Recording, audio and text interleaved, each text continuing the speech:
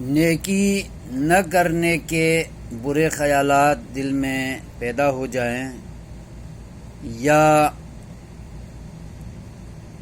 کوئی برائی کرنے کا خیال دل میں پیدا ہو جائے تو ان خیالات کو زبان پہ لانا اور دل میں ان خیالات کا بار بار ابھرنا، انسان اس کو برا جانتا رہے اور بچتا رہے تو یہ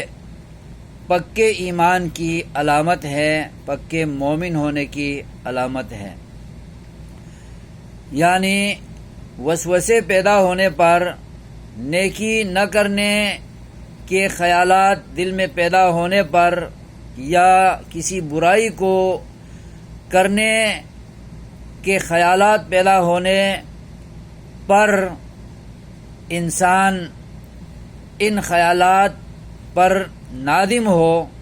پشیمان ہو اور افسردہ ہو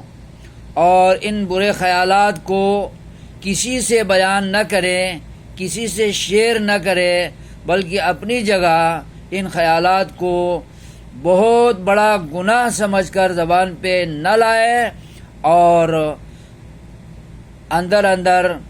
ان خیالات کو دبا کے رکھ کے اعوذ باللہ من الشیطان الرجیم من ہمزہ ونفخہ ونفثہ پڑھ لے،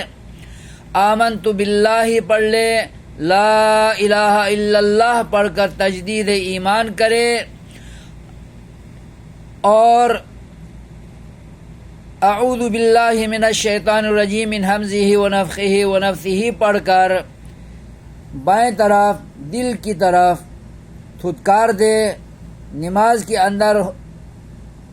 ہو تو بھی تھتکار سکتا ہے، لیکن بائیں طرف زیادہ نہ مڑے اور اچھے طریقے سے، بڑے اسٹائل سے وہ دل کی طرف تھتکارے، چونکہ شیطان دل میں وسوسے ڈالتا ہے تو اس کو تھتکار کر اپنے وسوسے کا علاج کرے۔ اور اگر نماز کے باہر ہوں، نماز کی حالت میں نہ ہو انسان، تو پھر وہ اسی طریقے سے شیطان کو اعوذ باللہ من الشیطان الرجیم من ہمزہ ونفخہ ونفثہ پڑھ کر تھتکار سکتا ہے۔ بار بار اس عمل کو کرنے سے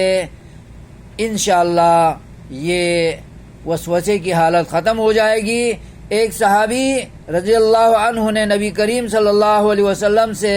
اسی بارے میں سوال کیا تھا کہ اللہ کے رسول، وسوسے دل میں پیدا ہوتے ہیں، ایسے ایسے وسوسے آتے ہیں کہ زبان پر لانا میں بہت بڑا گناہ سمجھتا ہوں، تو آپ صلی اللہ علیہ وسلم نے فرمایا تھا کہ ذالک صریح الایمان، یہ صریح ایمان، پکے ایمان کی علامت ہے۔ تم زبان پہ غلط وسوسوں کو لانا گناہ سمجھتے ہو، یہ مومن ہونے کی نشانی ہے۔ تو اس کا علاج بھی آپ صلی اللہ علیہ وسلم نے فرمایا تھا، جو میں نے ابھی آپ کی خدمت میں علاج بتایا ہے۔ اللہ تعالی ہمیں وسوسے پیدا ہونے پر ان کا علاج شرعی طریقے سے کرنے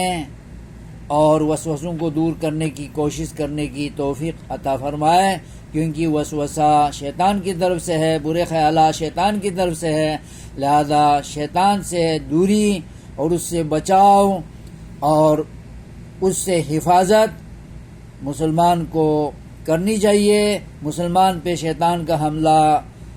ہوتا رہتا ہے، اور جو شیطان کا بندہ بن جائے تو شیطان اس کو ورغلا چکا ہوتا ہے، اور وہ شیطان کا بندہ بن چکا ہے تو اس کو نہ وسوسے پر ملامت ہوتی ہے، نہ